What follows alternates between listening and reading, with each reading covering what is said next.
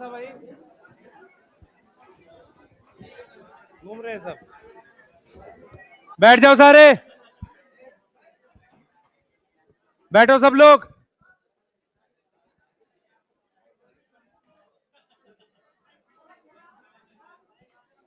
बैठो जल्दी।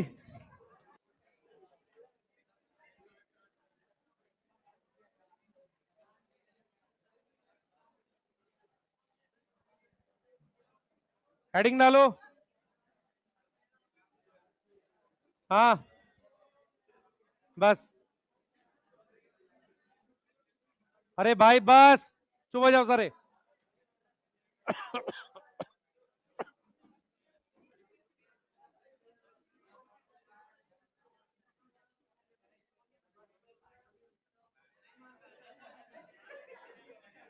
पढ़े। एक बार सब लोग खड़े हो जाएंगे। खड़े हो जाओ। हाँ खड़े रहेंगे। बैठो बैठो। ए,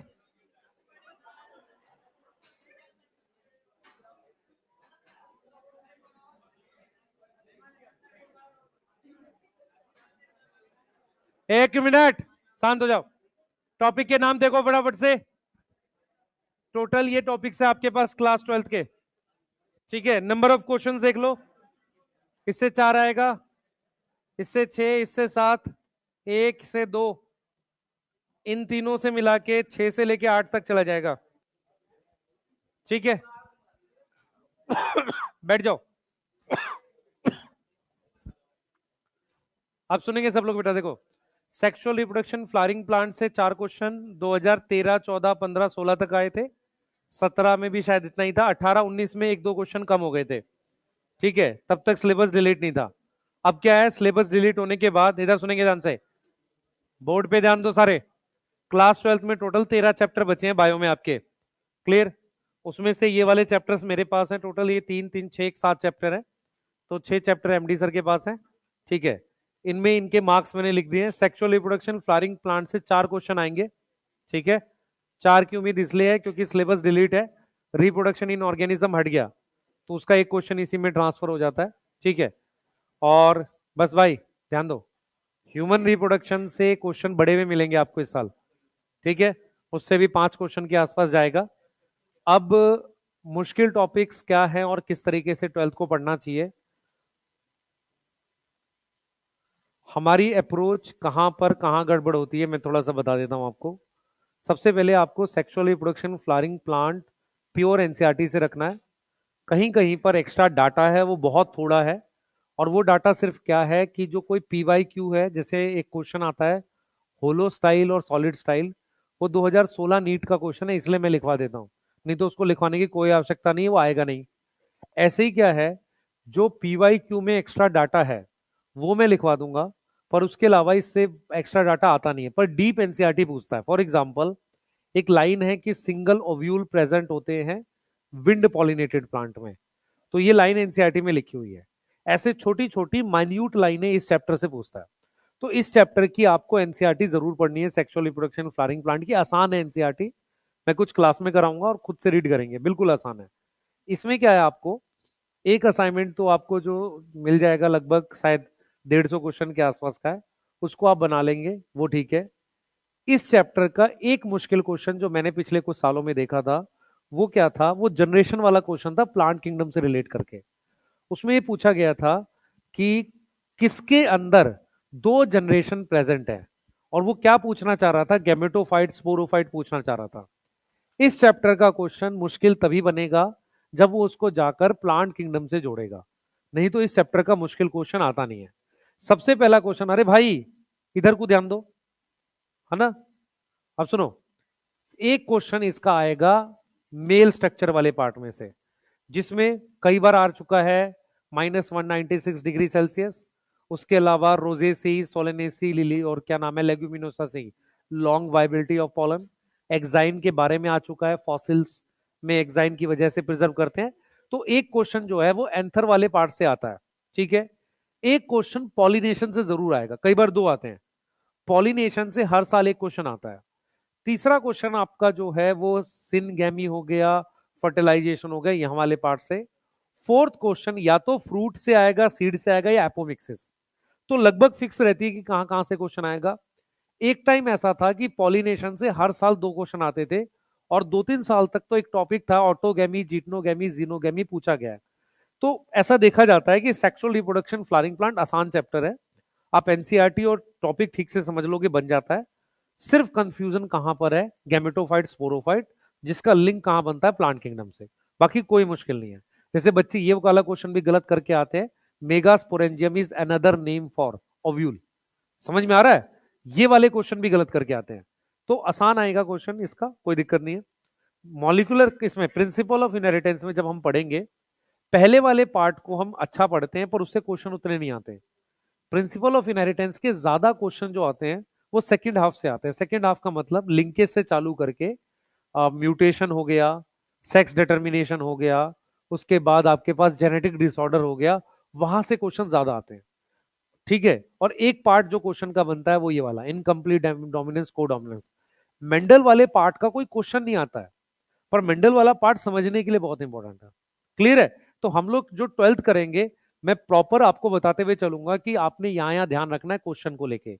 रीजन क्या है? क्योंकि 12th में आपको टाइम कम मिलेगा पढ़ने का पहला तो, उसके साथ आपको 11th रिवाइज करनी है, तो 11th में समय बहुत था, तो 12th में हम और ज्यादा स्पेसिफिक हो जाएंगे। जब मैं मना कर दूं कि इसके आगे नहीं पढ़ना तो प्लीज छोड़ देना। ठीक है? ये क्वेश्चंस नहीं करने हैं तो नहीं करने, उसमें कोई फालतू सवाल नहीं, क्यों नहीं करने, कैसे नहीं करने, वो कोई सवाल नहीं है। क्लियर है? ठीक है। नोट्स जिसके पास पुराने हैं चल जाएंगे, कोई दिक्कत नहीं है। सेक्सुअल रिप्रोडक्शन फ्लावरिंग प्लांट में चल जाते हैं। ठीक है। प्रिंसिपल ऑफ इनहेरिटेंस में लास्ट ईयर से थोड़ा और कंप्रेस करूंगा, क्योंकि बड़ा चैप्टर जब ज्यादा फैला के पढ़ाते हैं वो चैप्टर समझ आ जाता है, याद नहीं होता। क्लियर है? तो इन दोनों चैप्टर को मैं हल्का कंप्रेस इस साल कोशिश करूंगा कि आपके लिए कर दें, ताकि आपको आसानी हो जाए। इनके नोट्स मैंने हैंड रिटन दिए थे लास्ट ईयर, हाथ से लिखे हुए, वो काम आएंगे इस साल। ठीक है? वो मैं जब स्टार्ट करूंगा आपको दोबारा दे दूंगा। क्लियर है? माइक्रोब शायद मैं बैच में ना कराऊं, आपको रिकॉर्डिंग की फॉर्म में ही कराऊंगा, क्योंकि माइक्रोब का कुछ नहीं करना आपने, सिर्फ एक बार लेक्चर देख के 50 क्वेश्चन जो मैं आपको दे दूं वो सॉल्व करने, उसके बाहर जाएगा ही नहीं। क्लियर है? इसका मैक्सिमम क्वेश्चन 2 जगह से आता है, एक सीवेज ट्रीटमेंट प्लांट से आता है, और एक क्वेश्चन आता है वो जो एक टेबल बनती है ना, पैक्टिनेस, स्ट्रेप्टोकाइनेस, साइक्लोस्पोरिने, वहीं से आता है इसका क्वेश्चन, उनको वही पसंद है। क्लियर है? ठीक है। इनके क्वेश्चंस बनाने पड़ेंगे, पर यह है कि हाँ, सिलेबस डिलीट होने के बाद से ये मैनेजेबल है। इकोलॉजी बहुत ज्यादा बड़ा नहीं है। इकोलॉजी मान के चलो 6, 7, 8 क्लास में, 8 क्लास में पूरे तीनों चैप्टर कराए जा सकते हैं, क्योंकि बायोडाइवर्सिटी छोटा है, ऑर्गेनिज्म में से कट गया डाटा। ठीक है? और इकोसिस्टम छोटा है, उसमें से एक तो वो कट गया आपका, प्लांट सक्सेशन, है ना? हाँ, और वो बायो जियो केमिकल साइकिल्स कट गए। तो ये पता रहेगा आपको कहां से क्या पढ़ना है। स्टार्ट कर रहे हैं। सबसे पहले एक बार टॉपिक्स के नाम लिख लो सेक्सुअल रिप्रोडक्शन फ्लावरिंग प्लांट के। हमारे पास क्या क्या है बच्चे, जिन्होंने लिखने नोट्स लिख सकते हैं? स्ट्रक्चर ऑफ स्टेमन, और क्या है, microsporogenesis, structure of pistil, megasporogenesis, pollination, outbreeding devices. यहां से मुझे एक क्वेश्चन मिलेगा। ठीक है? मुझे यहां से 1 से 2 क्वेश्चन मिल जाएगा। क्लियर? यहां से मुझे एक क्वेश्चन मिलता है, इनको एपोमिक्सिस और ये वाले में से एक क्वेश्चन मिलता है। एक पहले लगभग 4 क्वेश्चन के आसपास यहां से आते थे। पॉलिनेशन से श्योरली क्वेश्चन आएगा। ठीक है? पॉलिनेशन एक ऐसा टॉपिक है जिससे क्वेश्चन श्योर आता है, कि वो एक क्वेश्चन वहां से देते ही है। और क्योंकि रिप्रोडक्शन इन ऑर्गेनिज्म हट गया है, इस वजह से इसकी वेटेज आपको बढ़ी हुई मिलेगी। ठीक है? पर किसी भी साल किसी पर्टिकुलर चैप्टर से वो ज्यादा क्वेश्चन दे देते हैं। एक साल इकोसिस्टम से 7 क्वेश्चन थे, उनका कोई मन करेगा तो रिप्रोडक्टिव हेल्थ से 5 दे देंगे। ठीक है? कोई पैटर्न नहीं है ऐसा, लेकिन नॉर्मली हमें देखा जाता है इस चैप्टर से 4 है। हाँ, मतलब उनका कोई पैटर्न नहीं है, ऐसा कोई पैटर्न नहीं है कि इससे इतने आते हैं। उनकी अपनी मर्जी होती है कि वो आज कहाँ से पेपर बनाने का मन है। ठीक है? क्योंकि पेपर बहुत रैंडम बनता है। चलें चालू करें।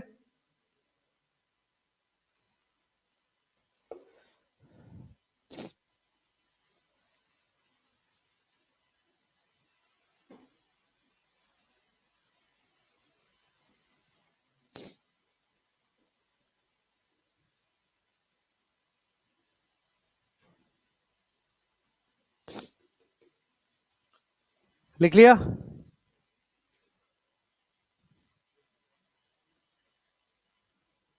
चले स्टार्ट करें चैप्टर।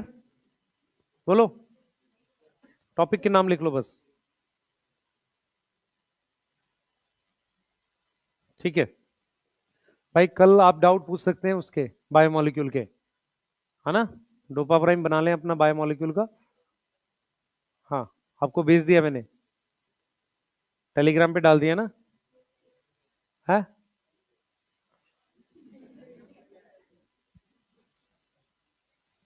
तुम्हें फुर्सत नहीं है पढ़ने से तो क्या होगा भाई।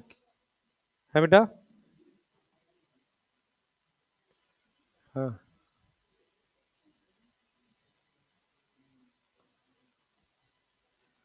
बाकी कहीं ट्वेल्थ खत्म हुई है अभी नहीं, प्रॉपर में। कहाँ, ट्वेल्थ खत्म हो गई तो हमें बता रहे हो। है, दुनिया के काम कौन सी कोचिंग का नहीं पता होगा हमें, कहाँ क्या चल रहा है। है,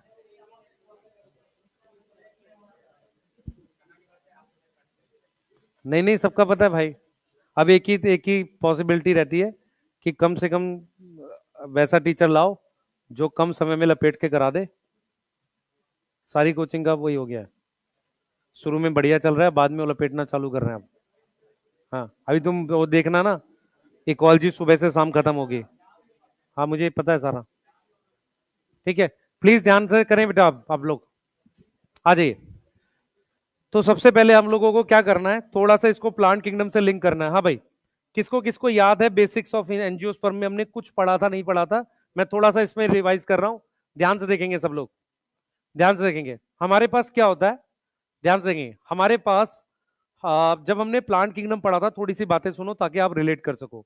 जब हमने प्लांट किंगडम पढ़ा था तो हमने ये बताया था कि एल्गी के अंदर मियोसिस जाइगोट में होती है। जाइगोट हमारे पास स्पोरोफाइट होता है। ब्रायोफाइट में मियोसिस होती है कैप्सूल के अंदर। टेरिडोफाइट से स्टार्ट हो गए थे स्पोरेंजियम। तो स्पोरेंजियम एक ऐसा स्ट्रक्चर है जो स्पोरोफाइट पे लगता है। वो टेरिडो में होता है, जिम्नो में होता है, एंजियोस्पर्म में होता है। ठीक है, तो हमने ये पढ़ा है कि एंजियोस्पर्म में मेन प्लांट बॉडी स्पोरोफाइट होती है। तो आपके घर के पार जो भी ट्री हैं वो क्या है, हमारे पास कौन सी स्टेज है, स्पोरोफाइट है। गेमेटोफाइट स्टेज, क्योंकि इसकी लाइफ साइकिल डिप्लॉन्टिक है, तो गेमेटोफाइट स्टेज इनकी नॉन ग्रीन होती है। नॉन ग्रीन होगी, उसके अलावा डिपेंडेंट होती है। डिपेंडेंट का मतलब होता है निर्भर होती है, डिपेंडेंट होती है। उसके अलावा रिड्यूस होती है। यहां पर रिड्यूस शब्द का मतलब है लेस सेल्स। क्या है, लेस सेल्स होते हैं। अगर मैं आपको बताऊं, ध्यान से बोर्ड पे ध्यान देंगे, अगर मैं आपको बताऊं यहां पर, तो हमारे पास गेमेटोफाइट स्टेज एंजियोस्पर्म में, गेमेटोफाइट स्टेज के जो नाम है, एक नाम है हमारे पास pollen grain. Pollen grain gamete नहीं होता, गैमेटोफाइट होता है, मेल। सही है। तो आपने क्या ध्यान रखना है कि मेन प्लांट बॉडी एंजियोस्पर्म में क्या होती है, स्पोरोफाइट होती है। ठीक है, दूसरी चीज, गैमेटोफाइट स्टेज नॉन ग्रीन होती है, डिपेंडेंट होती है, रिड्यूस्ड का मतलब होता है लेस सेल्स। पॉलन ग्रेन में अगर आप ध्यान से देखेंगे, इस तरीके का स्ट्रक्चर होता है, उसमें मेरे पास 2 से 3 सेल होते हैं। तो पॉलन ग्रेन एक गेमेटोफाइट है जिसमें बहुत कम सेल्स हैं। ऐसे ही मेरे पास एक गेमेटोफाइट और होता है इसके अंदर, जिसको हम पढ़ेंगे, जिसपे ऐसे सिनर्जिड्स हैं। ये है एंटीपोडल है, इसको हम क्या बोलते हैं, एम्ब्रियोसैक। तो embryo sac is female gametophyte. Yes, embryo sac is female gametophyte. अब कौन बताएगा कि एम्ब्रियोसैक के अंदर हमारे पास या किसी सेल में क्लोरोप्लास्ट होगा? नहीं, क्योंकि वो नॉन ग्रीन डिपेंडेंट है। समझ में आ रहा है? किसी भी सेल में, ना सिनर्जिड्स में, ना एंटीपोडल में, ना सेंट्रल सेल में, किसी भी सेल में क्लोरोप्लास्ट नहीं होता, क्योंकि गेमेटोफाइट क्या होता है, डिपेंडेंट होता है स्पोरोफाइट पे। सेम पॉलन ग्रेन में होता है। क्लियर है? यहां तक समझ में आ रही है? बोलो। ठीक है, यहां तक क्लियर है? ठीक है। अब आपको ये समझना है कि हम यहां पर ये देख रहे हैं कि इनकी जो गेमेटोफाइट है वो ये है। स्पोर कहां बनेंगे? स्पोर प्रोड्यूस होते हैं किसके अंदर? Produce inside sporangium. किसके अंदर? स्पोरेंजियम के अंदर। और स्पोरेंजियम कहां प्रेजेंट होता है? वो प्रेजेंट होता है फ्लावर में। कहां प्रेजेंट होता है? फ्लावर में। इतनी बात समझ में आ रही है? आप याद करो, टेरिडोफाइट में स्पोरेंजियम या तो लीफ के नीचे प्रेजेंट थे या कोन में प्रेजेंट थे। याद आ रहा है? याद आ रहा है? जिम्नोस्पर्म में स्पोरेंजियम मेल और फीमेल कोन में प्रेजेंट थे, यहां पर स्पोरेंजियम फ्लावर में प्रेजेंट है।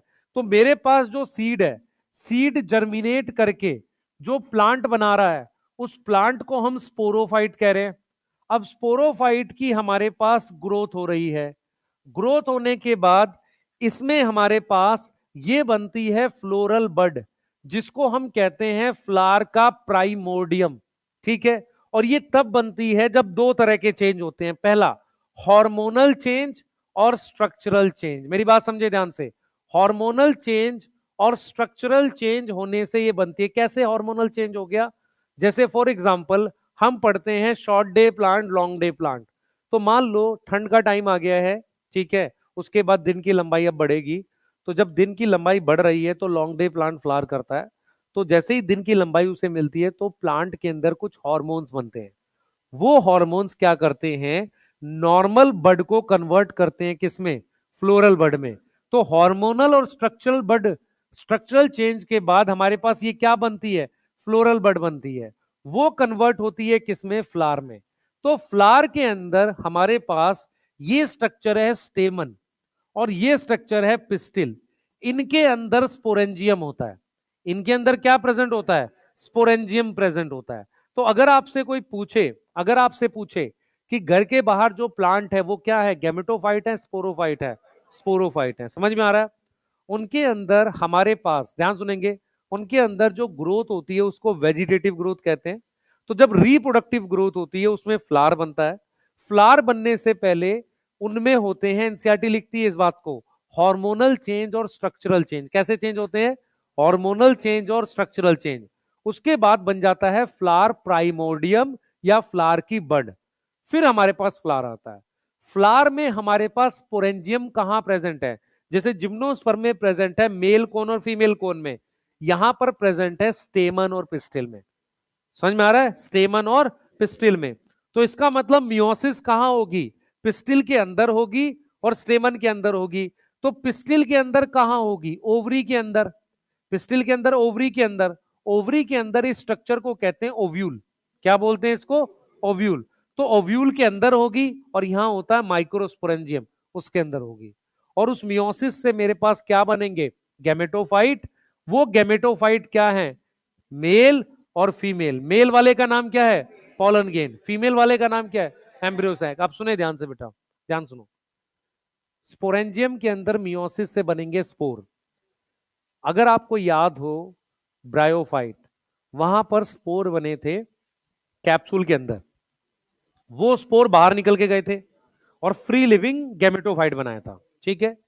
टेरिडोफाइट में, होमोस्पोरस में भी स्पोर बाहर निकल के जाते हैं और प्रोथैलस बनाते हैं। याद आ रहा है?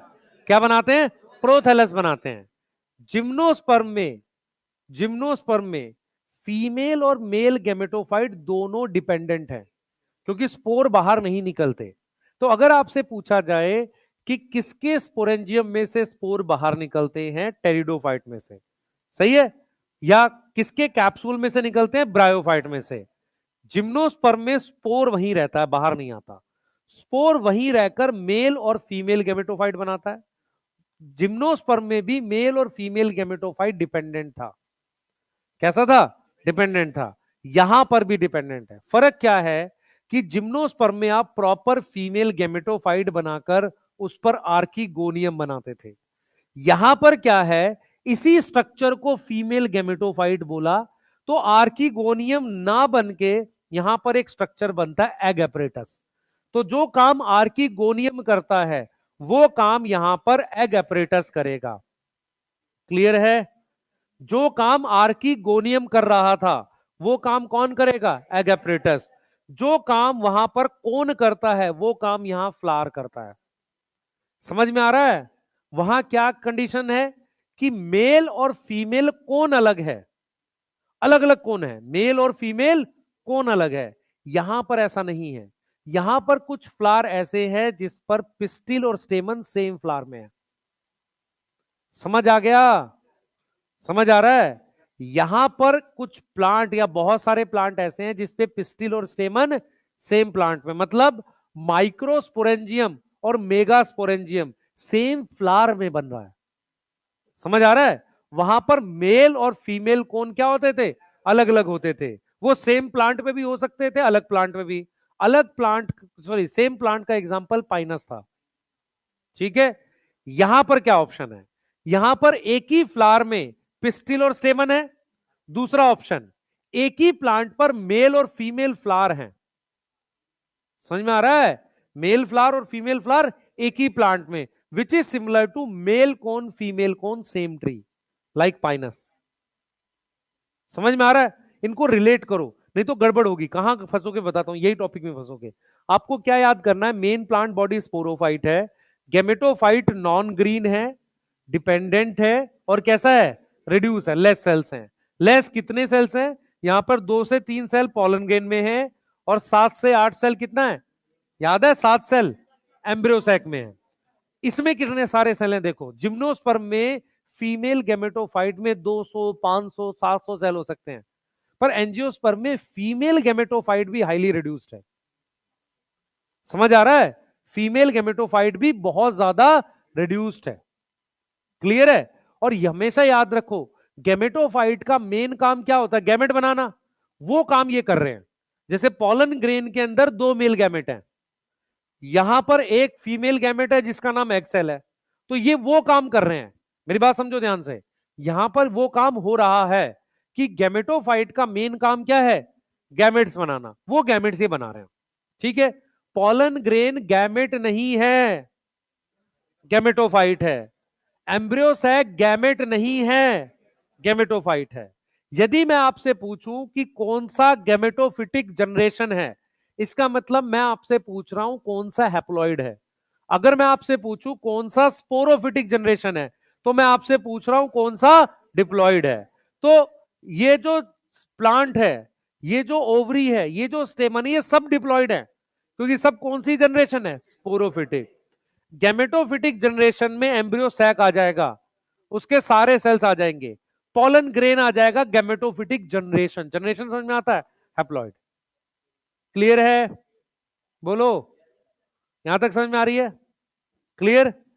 ठीक है। तो हम इसी के अराउंड पढ़ेंगे। गेमेटोफाइट, स्पोरोफाइट, स्पोरेंजियम, इन पे खास ध्यान रखना।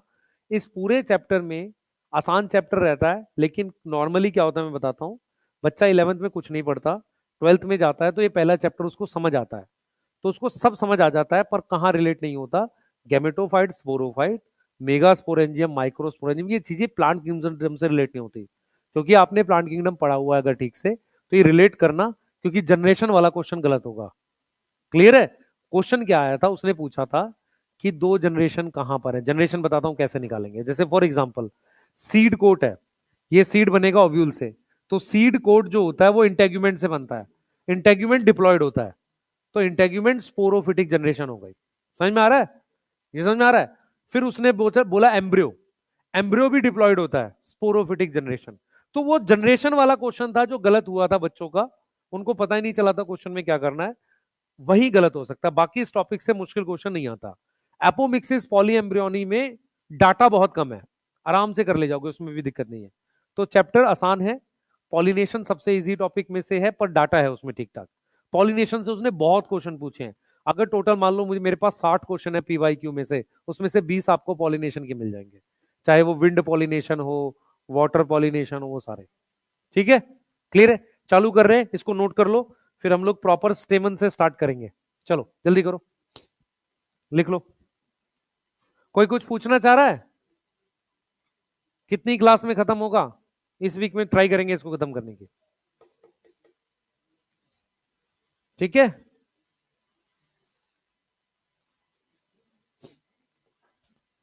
टेस्ट में पॉलिनेशन तक आएगा इसका, जब टेस्ट होगा शायद, उसमें शायद पॉलिनेशन तक है 12 को है ना, तो बीच में एमडी सर आएंगे ना भाई। पूरा आएगा बाय मॉलिक्यूल, बचा उचा नहीं, पूरा आएगा बाय मॉलिक्यूल 12 वाले में। हाँ, किसने कहा है? कल तो डलवाया मैंने, डलवाते हैं उसको। तुम पढ़ोगे कैसे बायोमोलिक्यूल फिर? अरे ये चैप्टर में है ही कितना सा टॉपिक, ये तो 15-20 मिनट का टॉपिक भी नहीं होगा पॉलिनेशन तक। बायोमोलिक्यूल पढ़ लो भाई, 5-6 क्वेश्चन है। और गरीबी रहती है तुम्हारी बायोमोलिक्यूल में बहुत ज्यादा, अभी भी कुछ लोगों को नहीं आया है, मैं बता रहा हूं। दिक्कत क्या है, स्ट्रक्चर के साथ तुम डरते हो, तुम्हारे ऑर्गेनिक स्ट्रांग बहुत है इस वजह से। हाँ हाँ, तुमने पढ़ा ही एक टॉपिक है। हाँ, सिर्फ IUPAC आता है तुम्हें, पढ़ लो जल्दी से।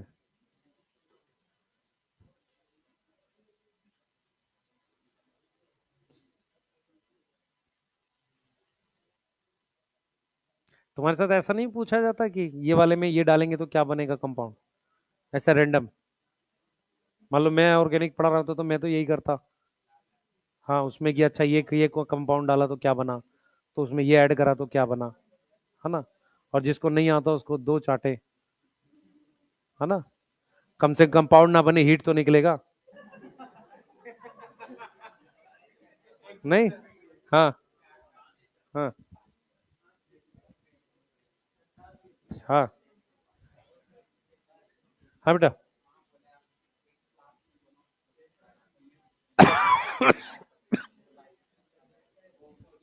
कोन में नहीं होता,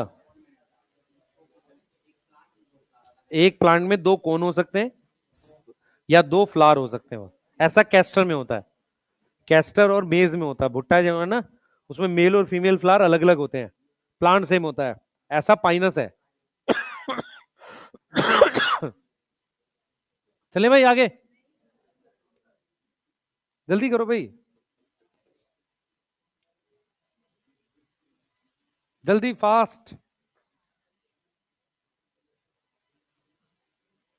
कोशिश करो आज न्यू ईयर पे बायोमोलिक्यूल पढ़ डालो, है ना?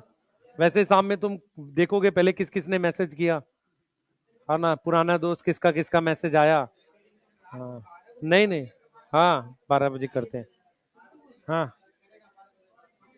हाँ, नहीं 12 बजे मैसेज तुम लोग खोल के देखते हो कौन जग रहा है, तुम्हें उससे फर्क थोड़ी पड़ता है किसने मैसेज किया क्या। हाँ,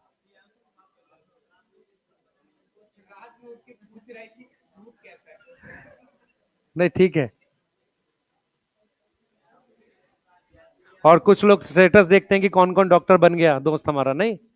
हाँ, नहीं देखते हैं, कोई नहीं बना, ये हाल है। हाँ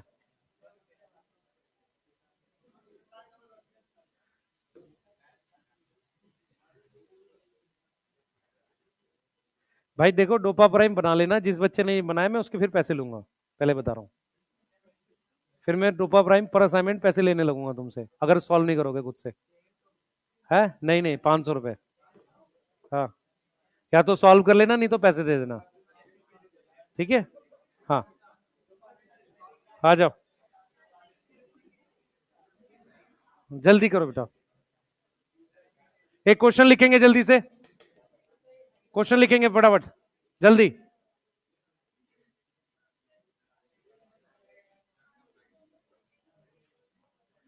जो चीज सिमिलर, जैसे हम लोग एक टर्म यूज करते हैं एवोल्यूशन में, होमोलोगस एनालोगस, ठीक है? जिनका क्या काम, काम सेम है, फंक्शन सेम है, स्ट्रक्चर अलग है, क्या होता है वो? ठीक है, काम सेम है ना, फर्टिलाइजेशन में हेल्प कर रहा है। आर्किगोनियम कौन कौन से ग्रुप में होता है? ब्रायो, टेरिडो, जिम्नो। ब्रायो, टेरिडो, जिम्नो। नहीं नहीं बेटा, हम लोग बात करते हैं फंक्शन सेम की, ठीक है? फंक्शन सेम हो, स्ट्रक्चर अलग हो, क्या होगा? होमोलोगस एनालोगस, एनालोगस होना चाहिए। आओ चलो नेक्स्ट करेंगे। बस करो भाई, कितना लिखोगे इसमें? क्वेश्चन लिखेंगे एक, चलो लिखो जरा। फ्यू एग्जांपल्स आर गिवन, चालू करो। फ्यू एग्जांपल्स आर गिवन, मैं चाह रहा हूं गेमेटोफाइट स्पोरोफाइट जनरेशन को फिक्स करते हैं। फ्यू एग्जांपल्स आर गिवन, लिखेंगे। फ्यू एग्जांपल्स आर गिवन, लिखो सबसे पहले। गार्ड सेल्स, गार्ड सेल्स जो लीफ में होते हैं, लिख लिया? लिख लिया गार्ड सेल्स। उसके बाद लिखो root epidermal cells, root epidermal cells, root epidermal cells. तीसरा लिखो pith of stem, pith pith PITH, pith of stem. Fourth लिखो, फोर्थ लिखेंगे स्टिग्मा, फोर्थ लिखेंगे स्टिग्मा। स्टिग्मा कहां होता है? पिस्टिल पे, ठीक है। फोर्थ लिखेंगे स्टिग्मा। उसके बाद लिखेंगे antipodal cells, antipodal antipodal, antipodal. उसके बाद लिखेंगे एग सेल, उसके बाद लिखेंगे एग सेल। एक और लिखेंगे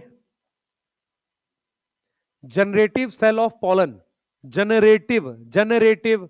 एग सेल लिख लिया, एग सेल लिखा सबने। Generative cell of pollen, generative cell of pollen, ठीक है, क्लियर है। Generative cell of pollen. अब इसमें से बताओ कौन सा स्पोरोफिटिक गैमेटोफिटिक जनरेशन है? जल्दी कैसे निकालोगे? डिप्लॉयड एप्लॉयड बताना है जल्दी। कौन कौन? और अगला क्या है? एंटीपोडल गैमेटोफाइट है, एग सेल गैमेटोफाइट है, और जनरेटिव सेल गैमेटोफाइट है, ठीक है। आखिरी के 3 गैमेटोफाइट हैं, और स्पोरोफाइट कितने? 4। सही है? हाँ भाई ये सही। अच्छा मुझे एक चीज बताओ, कौन बच्चा बताएगा इस बात को कि जो एम्ब्रियो सैक के सारे सेल्स हैं वो जेनेटिकली सेम है कि नहीं? एम्ब्रियो सैक में 7 सेल है, जेनेटिकली सेम है कि नहीं? सेम होंगे, क्योंकि वो एक स्पोर की माइटोसिस से बने हैं। समझ में आ रहा है? अगर मेरे पास एक स्पोर की माइटोसिस से ये सारे सेल बने हैं तो जेनेटिकली आइडेंटिकल होगा, ठीक है। ये चीज समझ में आ रही है? अच्छा, ऐसे ही इसके अंदर जनरेटिव सेल और वेजिटेटिव सेल होते हैं, वो जेनेटिकली सेम होंगे क्योंकि वो भी एक स्पोर की माइटोसिस से बने हैं, ठीक है। समझ में आया नहीं आया? बेटा स्पोर की माइटोसिस से जो भी सेल्स बनेंगे एक स्पोर की, वो क्या होंगे? जेनेटिकली सेम होंगे। चलिए आगे चलते हैं जरा, इस कहानी में आगे बढ़ाते हैं। स्ट्रक्चर ऑफ स्टेमन लिखेंगे, है क्या क्या होता है? स्टिग्मा, स्टिग्मा स्पोरोफाइट है, पिस्टिल के ऊपर है ना। पिस्टिल में स्टिग्मा, स्टाइल, ओवरी सब डिप्लॉयड है, तो सब कौन सी जनरेशन हो गई? स्पोरोफिटिक जनरेशन हो गई, ठीक है। हेडिंग डालो स्ट्रक्चर ऑफ स्टेमन। हाँ भाई इसको क्या बोल रहे हैं? स्टेमन क्या है? ध्यान से देखेंगे। स्टेमन मेल रिप्रोडक्टिव स्ट्रक्चर है, मेल रिप्रोडक्टिव स्ट्रक्चर है हमारे पास। उसके 2 पार्ट है, मेल रिप्रोडक्टिव स्ट्रक्चर है। इसकी वर्ल को क्या कहते थे? याद है किसी को? वर्ल ऑफ स्टेमन क्या था? एंड्रोशियम। वर्ल ऑफ स्टेमन क्या था? एंड्रोशियम। सब भूल गए हो? ठीक है। इसके 2 पार्ट है, एक है एंथर, एक है एंथर, दूसरा है फिलामेंट। पहला है एंथर, दूसरा क्या है? फिलामेंट है। बोर्ड पे ध्यान देखेंगे सब बच्चे। तो हमारे पास ये एंथर हो गया, इसके बारे में अभी डिटेल पढ़ रहे हैं। ये वाला हो गया फिलामेंट। हाँ भाई एंथर हैप्लॉइड है डिप्लॉइड है? डिप्लॉइड है। कौन सी जनरेशन है? स्पोरोफिटिक। ये डिप्लॉइड है, ये डिप्लॉइड है। अब जरा ध्यान से देखो बेटा, फिलामेंटर, फिलामेंट कैसा होता है? लॉन्ग, स्लेंडर, स्लेंडर मतलब पतला, थ्रेड लाइक होता है, धागे जैसा हो सकता है, थ्रेड लाइक स्ट्रक्चर है। दूसरी चीज, फिलामेंट में 2 एंड होते हैं हमारे पास। इस वाले एंड को कहते हैं डिस्टल, डिस्टल एंड, और इस वाले को क्या कहते हैं? प्रॉक्सिमल। एनसीईआरटी लिखती है कि प्रॉक्सिमल एंड जुड़ता है या तो थैलेमस से या पेटल से, सही है। तो इसका जो प्रॉक्सिमल एंड है, प्रॉक्सिमल एंड, वो कहां अटैच होता है? Attach on thalamus. कहां अटैच होगा? थैलेमस पे। या पेटल पे, पेटल पे जब अटैच होता है तो क्या वर्ड यूज करते हैं? किसी को याद आया? एपीपेटलस। कौन सी फैमिली? सोलेनेसी। यहां तक ठीक है? अब सुनो ध्यान से। उसके अलावा लेंथ ऑफ फिलामेंट वेरिएबल हो सकती है। लेंथ ऑफ फिलामेंट वेरिएबल हो सकती है। अनइक्वल स्टेमन हमने पढ़ा हुआ है, साल्विया और मस्टर्ड। कैन बी अनइक्वल, या हम लिख सकते हैं variable. Length of filament can be variable. अच्छा, फिलामेंट का वैसे क्या रोल होता है? मान लो काम क्या है फिलामेंट का? एक तो वो एंथर को अटैच करता है, ठीक है। उसके अलावा डिस्पर्सल में काम करेगा? नहीं, वो तो हवा से हिला, ठीक है, वो एक अलग चीज है।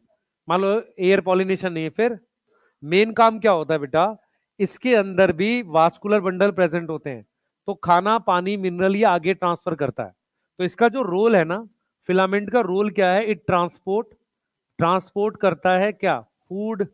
सही है, फूड हो गया, पानी हो गया, मिनरल हो गया, किसके अंदर? Inside anther. सही है, इनसाइड एंथर ये सारी चीजें ट्रांसपोर्ट करता है। ये कौन ट्रांसपोर्ट करता है? फिलामेंट। इसका मतलब फिलामेंट में वास्कुलर बंडल होते हैं। फिलामेंट में क्या प्रेजेंट होते हैं? वास्कुलर बंडल होंगे। यहां तक क्लियर है? बोलो, यहां तक क्लियर है? और ये फिलामेंट जो है, अगर आप ध्यान से देखेंगे, इधर देखो सारे बच्चे बेटा, फिलामेंट हमारे पास जैसे ये एंथर है ना, तो इस एंथर पर ये फिलामेंट अटैच है। मान लो यहां पे, यहां पर ये अटैच है, यहां पर ऐसे फिलामेंट। तो जब मैं इसको काटता हूं ना इस तरीके से एंथर को, तो फिलामेंट मुझे यहां पर वो आर पार प्रेजेंट होता है, तो यहां पर वो इस फॉर्म में ऐसे दिखता है। मतलब मेरा कहने का मतलब ये है कि जैसे हमारे पास ये फिलामेंट है और ये एंथर है, मैंने इसको जब एंथर को ऐसे काटा, तो मैं जब ऐसे देखूंगा ना, तो ये जो फिलामेंट होता है ये पूरे एंथर में आर पार गया होता है, ठीक है। और खाना कैसे ले जा रहा है? नीचे से ऊपर ले गया, साइड में भेजना है खाना। तो यहां पर वो एक टिश्यू की फॉर्म में दिखता है फिलामेंट। उस टिश्यू को हम नाम देते हैं कनेक्टिव्स। क्या नाम देते हैं? कनेक्टिव्स नाम देते हैं। तो कनेक्टिव्स क्या होता है? ये फिलामेंट अंदर तक होगा, तो जब मैं ऐसे काटूंगा तो ये फिलामेंट ऐसे डॉट की फॉर्म में दिखेगा। ये अपना खाना, ध्यान से देखेंगे, इस तरीके से ये फूड भेजता है बेटा। क्या हो गया इसको भाई? हाँ, खराब नहीं हो गया नलायक। इधर देखो, इधर, इधर देखो, ये कनेक्टिव्स है, ये कनेक्टिव्स यहां पे दिख रहा है। यहां से खाना पानी ऊपर जा रहा है। अब यहां पर होते हैं ये मिडल लेयर वगैरह। इसके अंदर माइक्रोस्पोरेंजियम के अंदर खाना घुसता है। जैसे अगर आपको याद हो, हमने एक चीज पढ़ी थी, याद करो, जिसमें हमने बोला था कि नीचे से ऊपर वेसल्स और ट्रैकिड्स खाना लाते हैं, पैरेन्काइमा सेल्स ऐसे साइड में ले जाते हैं, रेडियल कंडक्शन कहते हैं। ऐसे ही फिलामेंट से नीचे से ऊपर खाना आ गया, साइड में जो खाना जाना है वो किसके अंदर जाना है? ये मिडल लेयर पढ़ेंगे हम आगे। उस मिडल लेयर के अंदर खाना कनेक्टिव से जाता है, ठीक है। और मिडल लेयर के अंदर क्या प्रेजेंट है? वही पॉलन बनेंगे। मिडल लेयर के अंदर टेपिटम है, टेपिटम के अंदर क्या बनेंगे? पॉलन बनेंगे। यहां तक समझ में आ रहा है? बोलो, ठीक है। तो फिलामेंट में आपने जो क्वेश्चन आया था, शायद नीट 2016 या 17 का क्वेश्चन है, नीट 2017 का या 18 जो भी है, ठीक है। तो ये क्वेश्चन आया था प्रॉक्सिमल एंड वाला, बस, ठीक है, और नहीं आया था कुछ। नोट कर लो जल्दी से, फिर हम लोग एंटर पे चल रहे हैं।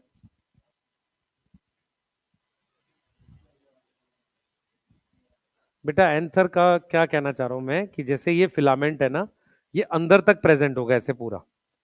तो जब तू इसको काटेगा ना एंथर को, तो ऐसे काटेगा, तो ये यहां पर टिश्यू की फॉर्म में दिखेगा, ये वाली चीज, उसी को कनेक्टिव्स कहते हैं। तो जब हम आगे डायग्राम पढ़ेंगे ना एंथर का, उसमें जो कनेक्टिव्स दिखाएंगे वो कुछ नहीं है, वो फिलामेंट है जो थ्रू आउट प्रेजेंट है। थ्रू आउट मतलब पूरा अंदर से ऐसे ऊपर तक प्रेजेंट है, हाँ, आर पर प्रेजेंट है, ठीक है। ऐसा नहीं होता कि सिर्फ यहां अटैच होता है, ऐसा नहीं होता। क्लियर है? सही है? बोलो, लिख लिया सबने? जल्दी करें थोड़ा सा। अगली क्लास किसकी है? किसी के पास आईफोन का चार्जर है अभी? आईफोन चार्जर पहले तो था, पहले बेच दिया? नहीं, गरीब तो वो ठीक है, उसकी बात नहीं कर रहा हूं मैं, चार्जर की बात में। फोन थोड़ी पूछा मैंने। हाँ, दे दे, ले आ ना, मैं लेने थोड़ी आऊंगा, आजा। हाँ, नोकिया का चार्जर फोन आता है? नोकिया का फोन कहाँ आता है अब? कहाँ आता है? अरे वो खुद अपने लिए बनाते हैं, अब नहीं आता। अब कहाँ आता है नोकिया का फोन? भाई ये नहीं लगेगा, दूसरे वाला चाहिए, सस्ते आईफोन वाला चाहिए, जिसमें व्हाइट कलर का वैसा होता है, जो पहले वाले में चलता था, 13 12 में। है किसी के पास और कोई? हाँ ये दूसरा टाइप का है, सी है शायद, सी है ना ये? नहीं वीटी सर तो दूसरा फोन चलाते हैं भाई। हाँ 2 लाख का फोन है सर का, ऐसा बता रहे थे। है? चलो कोई नहीं।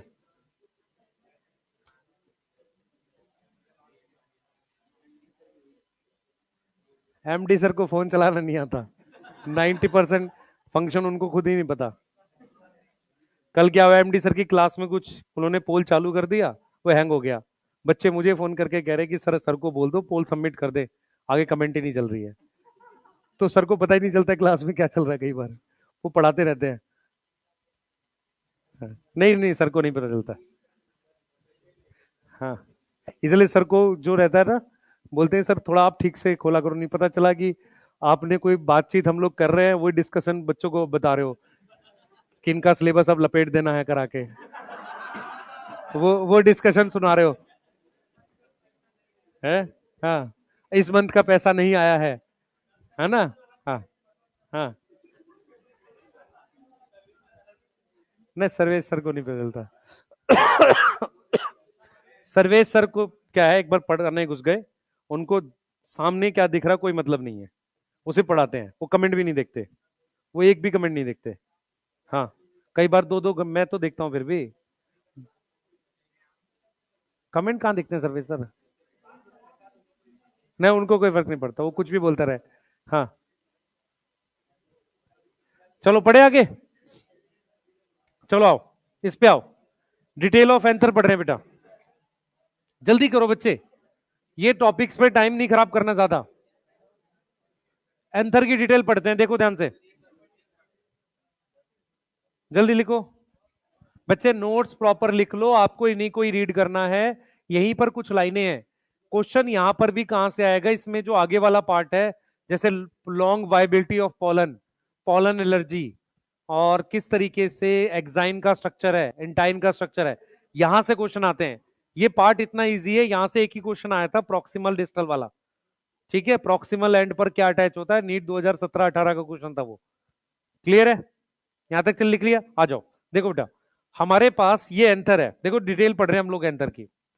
एंथर नॉर्मली ऐसा होता है, ठीक है, देखो हम क्या लिख रहे हैं इसमें, जो एंथर होता है उसमें 2 लोब होते हैं ऐसे, इस तरीके से हम ये जो स्ट्रक्चर बनाते हैं इनको लोब्स कहते हैं। तो एंथर जो होता है, एनसीईआरटी लिखती है कि जो एक टिपिकल एंथर, टिपिकल मतलब नॉर्मल, तो एक टिपिकल एंथर जो होता है, बोर्ड पे ध्यान रखें बेटा बात ना करें, टिपिकल एंथर बाई लोब होता है।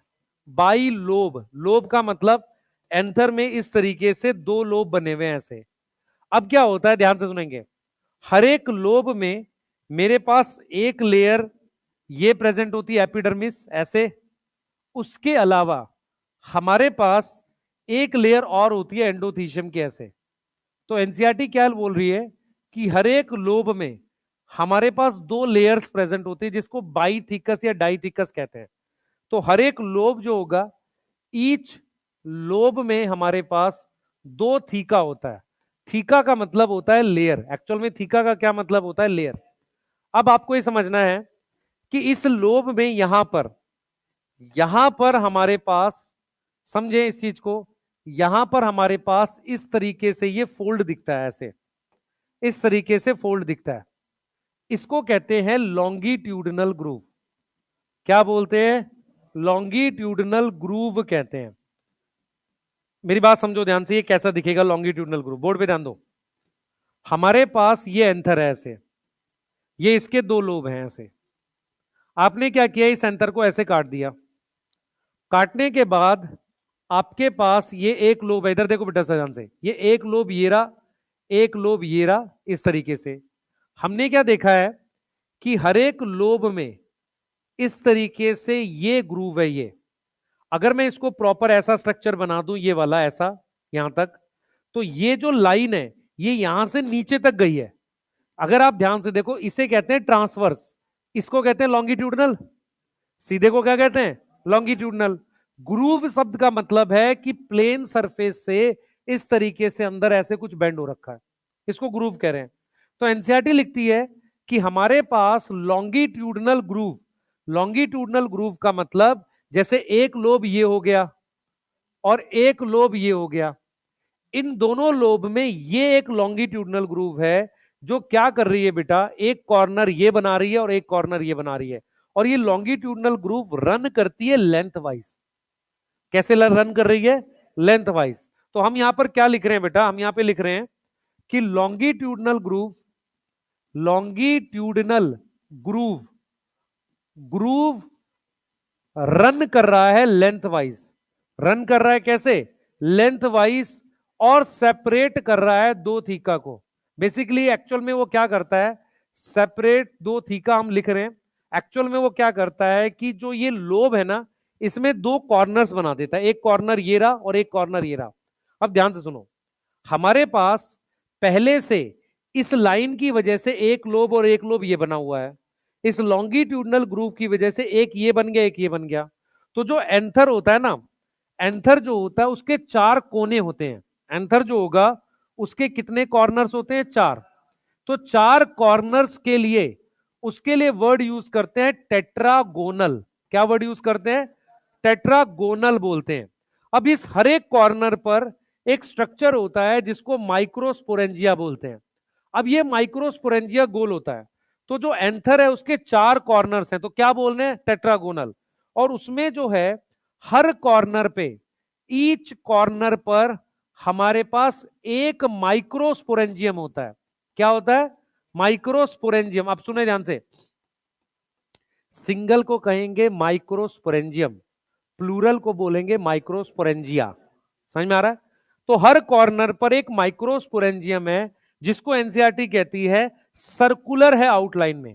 कैसा स्ट्रक्चर है, सर्कुलर। तो आपको ये क्वेश्चन आ सकता है कि एंथर कैसा है और माइक्रोस्पोरेंजियम कैसा है।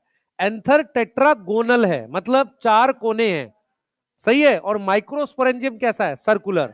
हर एक एंथर में दो लोब है, हर एक लोब में एक लाइन है जो लेंथ वाइज रन करती है। इसी लाइन पर हमारे पास एंथर खुलता है, लाइन ऑफ डिहाइसेंस बनती है। डिहाइसेंस क्या होता है, सुनना सुनो, खुलना। हमने फ्रूट्स में पढ़ा था कि मटर एक ऐसा फ्रूट है जो खुलता है, उसको हम डिहाइसेंट फ्रूट कहते थे, याद आ रहा है। ऐसे ही क्या होता है, एंथर जब मैच्योर हो जाता है तो वो खुल जाता है, उसमें पॉलन निकलते हैं। तो अगर आपसे पूछा जाए, ध्यान सुनेंगे, अगर आपसे पूछा जाए कि लाइन ऑफ डिहाइसेंस कहां बनती है, लाइन ऑफ डिहाइसेंस कहां बनती है फॉर्म, तो मैंने ऑप्शन लिख दिया बिटवीन टू लोब, मेरे पास दो लोब में बनेगी। मैंने लिख दिया कि लॉन्गिट्यूडनल ग्रूव पे बनेगी। मेरी बात समझ में आ रही है, लॉन्गिट्यूडनल ग्रूव पे बनेगी। फिर मैंने यहां लिख दिया ट्रांसवर्स ग्रुप पे, ऐसा कुछ होता ही नहीं है, ट्रांसवर्स ग्रुप पे बनेगी। क्लियर है। तो जो लाइन ऑफ डिहाइसेंस होती है वो हमारे पास कहां बनती है, लॉन्गिट्यूडनल ग्रुप। मतलब यहां पर एक लाइन बनती है, डायग्राम देखो, इस वाले डायग्राम से आपको आइडिया हो जाएगा। ये वाला डायग्राम देखो, ये वाला अगर आप डायग्राम देखोगे ध्यान से, इसमें ये है लॉन्गिट्यूडनल ग्रुव। यहां पे ये देखो, ये वाला जो डायग्राम है हमारे पास, इस वाले डायग्राम में, रुक जा भाई, हट नालायक, ये जो देख रहे हो, ये जो है ये एक कॉर्नर बन गया, एक ये कॉर्नर बन गया, ये वो लॉन्गिट्यूडनल ग्रूव है जो लेंथ वाइज गई है, यहीं पर ये खुलता है और यहीं से पॉलन निकलता है। तो ये लॉन्गिट्यूडनल ग्रूव अगर आप देखें ऐसे, ये एंथर है यहां पर ऐसे, तो ये है वो लॉन्गिट्यूडनल ग्रूव यहां पे जो पूरा लेंथ वाइज गया हुआ है, देखो ऐसे पूरा नीचे तक गया हुआ है, यहीं से खुलता है ये। तो यहीं पर क्या प्रेजेंट होती है, लाइन ऑफ डिहाइसेंस।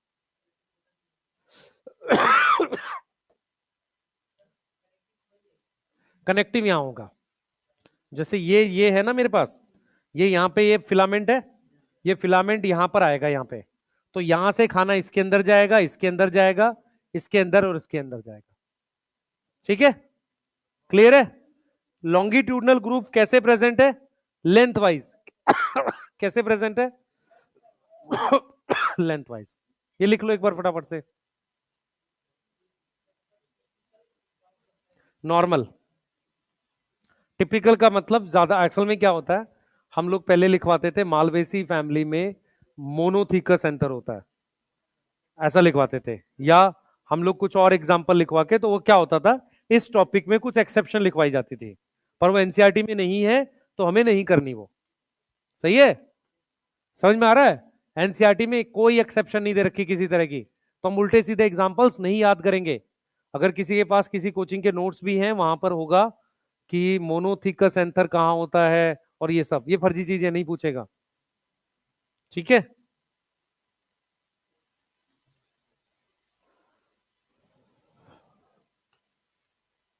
जल्दी करो बेटा। थीका को कैसे सेपरेट, एक्चुअल में लेयर्स को हम लोग पहले क्या पढ़ा देते थे कि बोलते थे कि ये क्या कर रहा है, इसको इससे अलग कर रहा है। पर अगर तुम ध्यान से देखोगे, लॉन्गिट्यूडनल ग्रुप सिर्फ कॉर्नर्स बना रहा होता है लोब में। लोब में क्या बनाता है? कॉर्नर्स, इतना काम करता है। ठीक है, जो लाइन लिखी एनसीईआरटी वो बता दी, बाकी ऐसा चीज में कुछ और डिटेल नहीं पढ़नी है अपने। हाँ हाँ, एंथर प्रॉपर काटोगे ऐसा दिखेगा। आप ट्रांसफर सेक्शन तब काटते हो जब सब जगह से सेम चीज बने, तभी ट्रांसफर्स काटते हैं, नहीं तो कौन सा सेक्शन काटते? लॉन्गिट्यूड में। समझ में आ रहा है? जल्दी करो, यंग एंथर का स्ट्रक्चर पढ़ेंगे।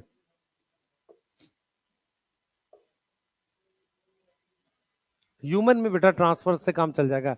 एलिमेंट्री कैनाल का ट्रांसफर सेक्शन काटते हैं हम। एलिमेंट्री कैनाल का कौन सा सेक्शन काटते हैं? ट्रांसफर्स, क्योंकि उसमें वो 4 लेयर होती है। कौन कौन सी? म्यूकोसा, सब म्यूकोसा और मस्कुलरिस, सिरोसा। थीका का मतलब लेयर ही होता है, और ऑप्शन नहीं है। एक्चुअल में क्या, लॉन्गिट्यूडनल ग्रूव जो है वो लोब को ना 2 हिस्सों में अलग कर रहा है। ठीक है, हाँ वही बताए थे। पर थीका का एक्चुअल मीनिंग, थीका वर्ड का मतलब ही लेयर होता है। हाँ, 2 लेयर होती हैं हर एक लोब में।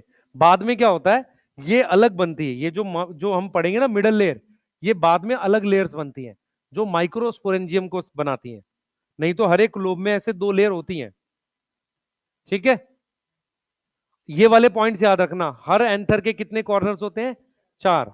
तो वो स्ट्रक्चर कैसा है? टेट्रागोनल। और माइक्रोस्पोरेंजियम कैसा होता है? सर्कुलर होता है। कैसा होता है? सर्कुलर होता है। ये चीजें ध्यान रखनी है हमने। ठीक है, चलें आगे। एक बार यंग एंथर का डायग्राम देख लो और फटाफट से उसकी लेयर्स देख लेते हैं, ताकि आगे आपको समझ में आ जाए। चले जल्दी से करो, जल्दी बेटा, फास्ट।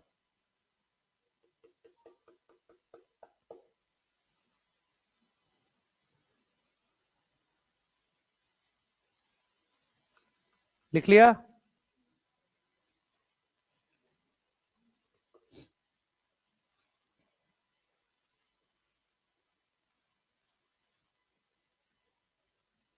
लिख लो जल्दी से।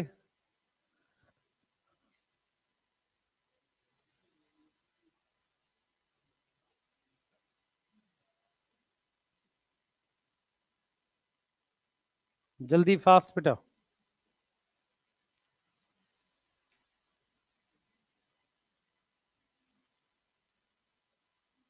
लिख लिया? ठीक है, एक्चुअल में होता है लेयर्स। और वो लेयर जो है उनको, वो लेयर किस में प्रेजेंट है? लोब में। लॉन्गिट्यूडनल ग्रूव उनको 2 हिस्से में डिवाइड कर रहा है बस। थीका सेल्स से बने हैं, सेल सेल। हाँ, ये जो बने हैं ना, ये एक येरी एक येरी, ये थीका है। ठीक है, आ जाओ। यंग एंथर पढ़ रहे हैं बेटा। लिख रहा है कोई? लिख लिया? अरे लिख लिया, क्वेश्चन लिख लिया सबने? आ जाओ। हमारे पास यंग एंथर है, ध्यान से सुनेंगे। यंग एंथर की लेयर्स पढ़ रहे हैं। सबसे बाहर वाली लेयर क्या होती है? एपिडर्मिस। एपिडर्मिस नॉर्मल पैरेन्काइमा की बनी है। थोड़े बड़े साइज के सेल्स हैं बेटा ये, इनको कहते हैं एंडोथीशियम। क्या बोलते हैं इनको? एंडोथीशियम बोलते हैं। उसके बाद इधर देखो बेटा, बोर्ड पे देखो, अगर आप ध्यान से देखोगे ये दोनों लेयर कॉमन है पूरे इसमें। उसके बाद इन लेयर्स को कहते हैं मिडल लेयर। मिडल लेयर जो होती है वो 2 से 3 सेल या 1 से 3 सेल थिक होती है। मतलब सिंगल लेयर भी हो सकती है ऐसे, या एक से ज्यादा सेल्स की लेयर भी हो सकती है। तो हम लिख सकते हैं 1 से 3 सेल थिक होती है कौन? Middle layer. उसके बाद सबसे अंदर हमारे पास ये लेयर होती है, इसको टेपिटम बोलते हैं। इसको हम क्या बोलते हैं? टेपिटम। अब ये आउटर टू इनर जा रहे हैं। सबसे बार एपिडर्मिस है, दूसरे नंबर पे एंडोथीशियम, तीसरे पे मिडल लेयर, फोर्थ पे टेपिटम। ध्यान सुनेंगे बेटा, पहले क्या होता था, हम लोग ऐसे भी पढ़ाते थे कि एक सेल्स होते हैं आर्किस्पोरियल सेल, उनसे हमारा ये बना वो बना, वो सब नहीं करना, आपके सिलेबस में नहीं है। आपने सिर्फ क्या ध्यान रखना है? आपने ये ध्यान रखना है कि हमारे पास ये 4 लेयर हैं, उन लेयर्स के क्या फंक्शन है, कैसे सेल्स हैं, इनके बारे में पढ़ना है। जैसे सबसे पहले एपिडर्मिस जो है, एपिडर्मिस आउटर मोस्ट लेयर है। अगर आपको याद हो एपिडर्मिस के नॉर्मली सेल की शेप क्या होती है? ये तो पैरेन्काइमा है, और कैसा है? आउटर मोस्ट है। कैसी शेप होती है बेटा? किसी को याद है शेप? इलोंगेटेड। शेप कैसी होगी? इलोंगेटेड होगी।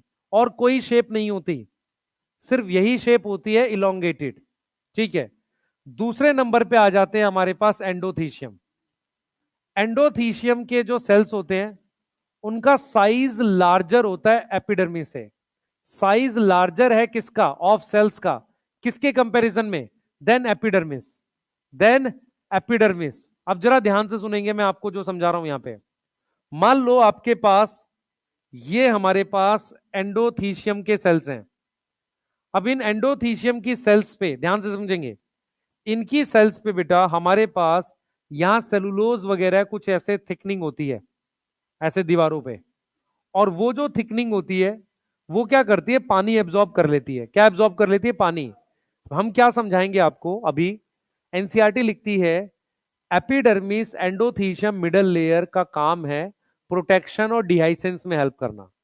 लेकिन अगर आपसे कोई पूछे कि इन तीनों में से मेन लेयर कौन सी है जो डिहाइसेंस में हेल्प करती है, वो एंडोथीशियम होती है। कैसे होती है मैं समझाता हूं आपको।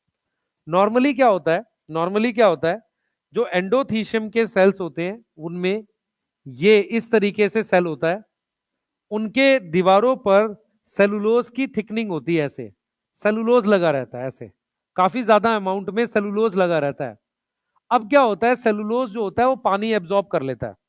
जैसे ही वो पानी एब्जॉर्ब करता है, पानी एब्जॉर्ब करने के बाद उन सेल्स का साइज बढ़ जाता है।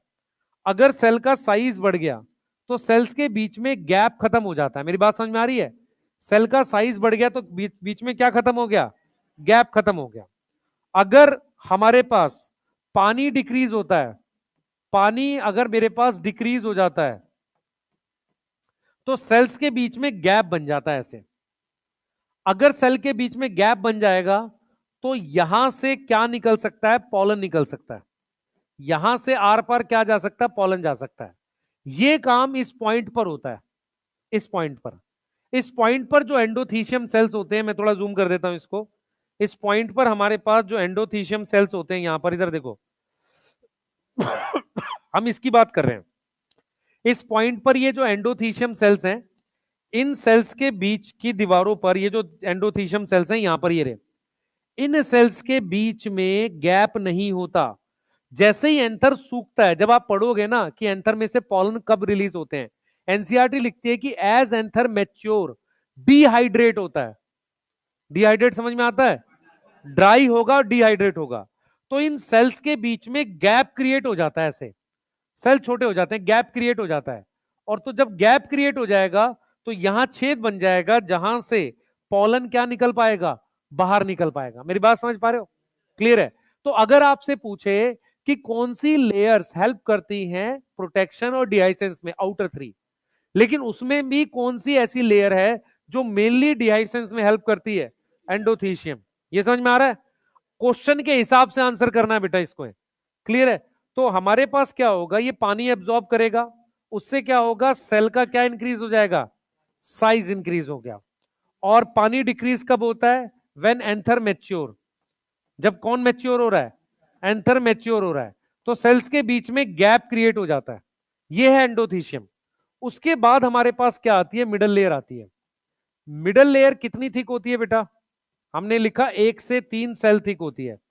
1 से 3 सेल थिक होती है। दूसरा ध्यान से सुनेंगे, मिडल लेयर क्या करता है? यहां से कनेक्टिव्स होते हैं। इन कनेक्टिव से खाना मिडल लेयर से होता हुआ टेपेटम में जाता है। तो मिडल लेयर क्या करता है? खाने को पास करता है टेपेटम में। एक्चुअल में हम क्या पढ़ते हैं कि टेपेटम नरिशमेंट देता है पॉलन ग्रेन को, पर टेपेटम को खाना कहां से मिला था? मिडल लेयर से। और मिडल लेयर को कहां से मिला था? कनेक्टिव से। तो मिडल लेयर क्या करती है? ये पास करती है न्यूट्रिशन। ये पास करती है न्यूट्रिशन किसको? न्यूट्रिशन फ्रॉम कनेक्टिव्स से किसको? टेपेटम को। कनेक्टिव से किसको? टेपेटम को। यहां तक समझ में आ रहा है? यहां तक समझ में आ रहा है? अब एनसीईआरटी इस बात को ऐसे लिखती है कि जो आउटर 3 लेयर हैं, जो आउटर 3 लेयर हैं, उनके काम है बेटा प्रोटेक्शन। रोल क्या है? Protection plus dehiscence. क्या रोल है? Protection plus dehiscence. ये सारे सेल्स डिप्लॉयड होंगे। ये सारे सेल्स क्या होंगे? डिप्लॉयड होंगे। और ये सारे सेल्स स्पोरोफिटिक जनरेशन का पार्ट होंगे। समझ में आ रहा है? बोलो, मेरी बात समझ में आ रही है? तो protection plus dehiscence. What is dehiscence? कौन ओपन हो रहा है यहां पे? एंथर क्या हो रहा है? ओपन हो रहा है। सही है। पॉलन रिलीज हो रहा है और एंथर क्या हो रहा है हमारे पास? ओपन हो रहा है। जल्दी लिखो इसको, मैं वो बता रहा हूं आपको। टेपिटम वो इंपॉर्टेंट है ज्यादा। टेपिटम के 3-4 रोल बताने, क्योंकि 3-4 रोल एनसीईआरटी के बाहर से उसने पीवाईक्यूज में पूछे हैं, सिर्फ इसलिए लिखवा रहे हैं। हाँ, क्या? वो सेलुलोज होता है बच्चे। एक्चुअल में क्या होता है? पैक्टिन और सेलुलोज हाइड्रोफिलिक टाइप से होता है। ये सेलुलोज है। सेलुलोज क्या एब्जॉर्ब कर लेता है? पानी। आपने देखा है लकड़ी जो होती है पानी एब्जॉर्ब करती है। लकड़ी क्या है? सेलुलोज। पढ़ा है हमने? लकड़ी क्या है? सेलुलोज है। ठीक है, तो लकड़ी पानी एब्जॉर्ब कर सकती है, ऐसे ही सेलुलोज कर सकता है। जल्दी करिए बेटा, फास्ट रहेंगे इस वाले टॉपिक पे।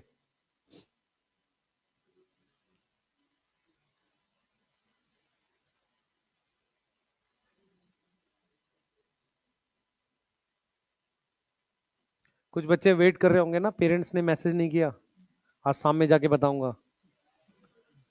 नहीं, मैसेज या फोन नहीं आया अभी तक, है ना? हमारी कोई चिंता ही नहीं है। आ गया? हाँ। हाँ, नहीं कुछ वेट कर रहे होंगे।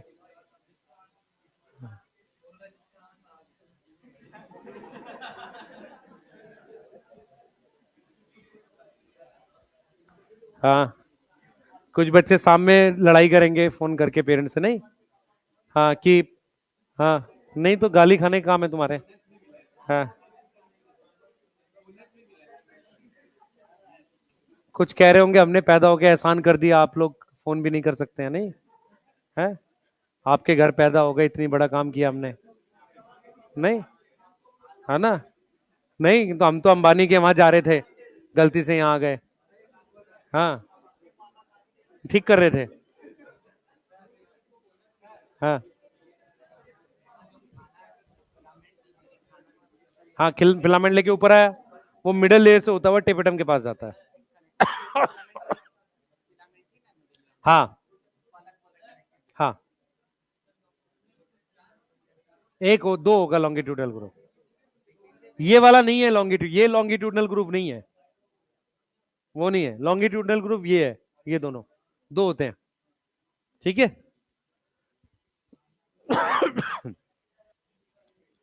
ठीक है। हाँ, और उनको धमका देना पेरेंट्स को, नहीं है? मुझे क्यों आएगा? अरे घर मेरे को रात में जगा के जबरदस्ती वीडियो कॉल करते हैं, तुम्हें क्या पता? मान लो मेरा बेटा होगा और रात में जगा के, नहीं उसको करना ही है केक काटना रात में, तो वो वाली चीजें हमारे घर में तो और है। हम ज्वाइंट में रहते हैं ना बेटा, तो हाँ, उसमें अलग टॉर्चर है? बेटा हमारा, हम जब एक एज हो जाती है तो पेरेंट्स फिर ज्यादा बोलते नहीं है किसी भी चीज के लिए, वो बल्कि डरते हैं कि क्लास में होंगे, नहीं करना है करना है, ये वाली स्थिति रहती है। लेकिन अभी जो आपका है, अभी तो आप लोग मतलब जिस एज में हो पूरी तरह से डिपेंड हो, ठीक है, तो उनका अधिकार है आपको फोन करके सुनाने का, ठीक है। और फिर अभी 3-4 महीने है ना, पढ़ाई करो, कोई ऐसी बड़ी बात नहीं है, ठीक है। हाँ बच्चे, मिडिल लेयर में फूड स्टोर नहीं हो तो आगे पास कर देता है, फूड टेपेटम के पास होता है एक्चुअल में, क्लियर है। पर टेपेटम के पास आएगा कहां से, कहीं से मिलना चाहिए उसे, ठीक है। देखो मेरी बात सुनो ध्यान से, एक लॉजिक है, या तो बहुत सारी लेयर्स हो जिसमें खाना हो, नहीं तो कहीं से वो लेकर पास कर रहा हो, ठीक है। टेपेटम सिंगल लेयर होता है, और टेपेटम में साइटोप्लाज्म डेंस होता है, इसका मतलब बहुत ज्यादा एक्टिव है। टेपेटम क्या है, बहुत ज्यादा एक्टिव है। किसी चीज में डेंस साइटोप्लाज्म है, बहुत सारे न्यूक्लियस हैं, इसका सीधा मतलब होता है वो मेटाबॉलिकली एक्टिव है। हमने मल्टी न्यूक्लिएटेड कंडीशन फंजाई में पढ़ी थी, याद है? और वो भी बहुत एक्टिव था। जो आपके पास प्लाज्मोडियम स्टेज थी, वो भी मल्टी न्यूक्लिएटेड होता है। तो बहुत सारे न्यूक्लियस और डेंस साइटोप्लाज्म, इस बात का प्रूफ होता है कि वो पर्टिकुलर टिश्यू मेटाबॉलिकली बहुत एक्टिव है, वो बहुत ज्यादा एंजाइम बना रहा है। मेरी बात समझ पा रहे हो? बहुत ज्यादा काम कर रहा है। तो सबसे ज्यादा काम इस लेयर में कौन करता है? टेपेटम करता है। कौन करता है? टेपेटम करता है। ये बात समझ में आ रही है? अब जरा आगे चलेंगे, लिख लिया सबने? जल्दी करो। मल्टी न्यूक्लिएटेड बाई या मल्टी? नहीं नहीं, न्यूक्लियस थोड़ी जाएगा, उस मिडल लेयर अलग लेयर है, उसका कुछ लेना देना नहीं है। लेयर वाइज मिडल लेयर 1 से 3 सेल थिक होती है, बोलने को बोल सकते हैं। हाँ हाँ ठीक है, नेक्स्ट करेंगे बेटा, टेपेटम लिखेंगे। लिख लिया? जिन्होंने लिखा है एनसीईआरटी पढ़ो, खाली बैठे हैं। हाँ बेटा, फ्लोरिकल्चर फ्लावर इंडस्ट्री, यस।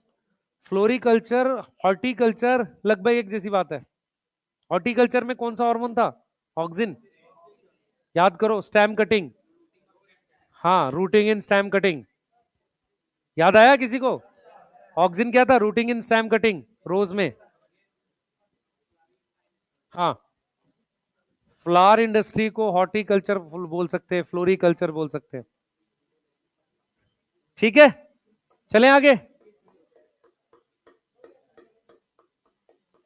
पढ़ लिया करो यार एनसीईआरटी इस चैप्टर का, फिर टाइम नहीं। मेरी बात सुनो, इस चैप्टर को आप कैसे कर सकते हो? बेस्ट तरीका क्या है, क्लास में एनसीईआरटी भी लेके बैठा करो, अलग से टाइम मत निकालो इस चैप्टर में। जब आप लिख लो जल्दी, जो भी बच्चे, फटाफट से एनसीईआरटी तुरंत रीड कर लिया करो।